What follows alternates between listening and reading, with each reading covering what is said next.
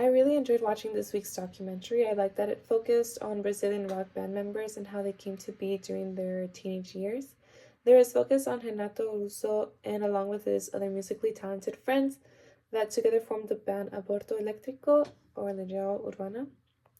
Something I found interesting was the fact that these artists were brought up with music at a very young age, listening to their parents or the caregivers' music choices.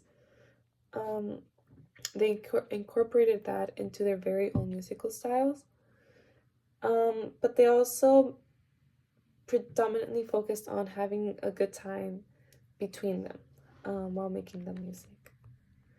The documentary also gives focus on the fact that during this golden era of rock, predominantly in Brasilia, um, which is where the artists grew up and emerged their musical careers, I was able to connect this point to the lecture because to one of the lectures because we also learned that Brasilia was a great modern capital and with a lot of great international influence and exports and diversity.